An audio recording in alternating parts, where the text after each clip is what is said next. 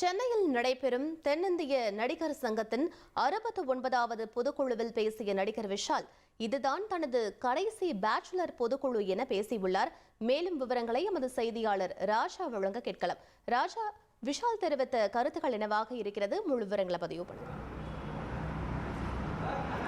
வணக்கம். தென்னிந்திய நடிகர் சங்கத்தின் 69வது பொதுக்குழு கூட்டம் இன்று காலை காமராஜர் அரங்கத்தில் காலை 10 மணிக்கு தொடங்கி நடைபெற்று வருகிறது. முதலில் தமிழ்தாய் வாழ்த்து பாடப்பட்டிருந்தது. அதற்கு பிறகு மறைந்த கலைஞர்கள், நடிகர் சங்க உறுப்பினர்கள், மறைந்த கலைஞர்கள் 70 பேருக்கு அஞ்சலி செலுத்தப்பட்டது. 1 நிமிடம் அஞ்சலி செலுத்தப்பட்டது. அதற்கு பிறகு நடிகர் சங்கத்தின் துணைத் தலைவர் கருணாஸ் பேசுகையில், இந்த உறுப்பினர்களின் கல்வி செலவுகளுக்கு பண உதவி வழங்கிய நடிகர் ரஜினிகாந்துக்கு நன்றி தெரிவிக்கப்பட்டிருக்கிறது. அதேபோல் முக்கியமாக ஒரு 9 உறுப்பினர்கள் சந்தா கட்ட தவிரதால் அவர்கள் உறுப்பினர்களிலிருந்து நீக்கப்படுவதாக அறிவிக்கப்பட்டிருக்கிறது. மேலும் அடுத்த வருடத்தில் இந்த பொதுக்குழு கூட்டமானது புதிய நடிகர் சங்க கட்டிடத்தில் நடைபெறுவதற்கான உறுதியை கார்த்திக்கும் விஷாலும் என்னிடம் தெரிவித்ததாக நடிகர் கருணாஸ் தெரிவித்திருந்தார். அதற்கு பிறகு பொதுச் செயலாளர் விஷால் பேசுகையில், இதுதான் என்னுடைய கடைசி பேச்சுலர் பொதுக்குழு கூட்டம். அடுத்த கூட்டத்தில் எனக்கு திருமணம் நடைபெற இருக்கிறது. மன்னிச்சிடுங்க, இந்த நிச்சயதாரத்திற்கு உங்களை உறுப்பினர் யாரும் அழைக்க முடியவில்லை.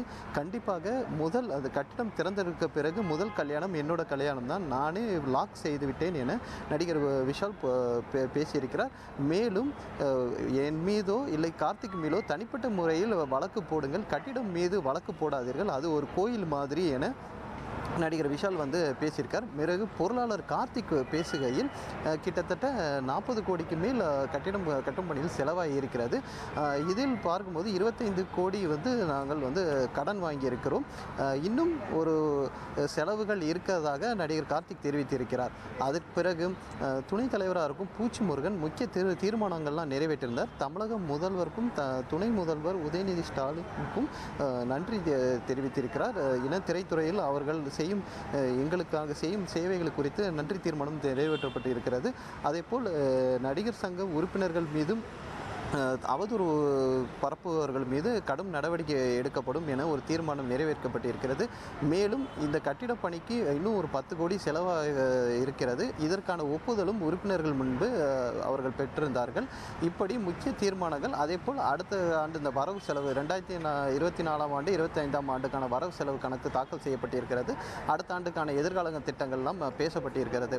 அடுத்த விஷயமாக மூத்த உறுப்பினர் MM ராஜம் அவர்களுக்கு வாழ்நாள் சாதனையாளர் விருது தற்போது மேடையில் அவரை வரவழைக்கப்பட்டு உறுப்பினர்கள் அனைவரும் அவரை கௌரவித்திருந்தார்கள்.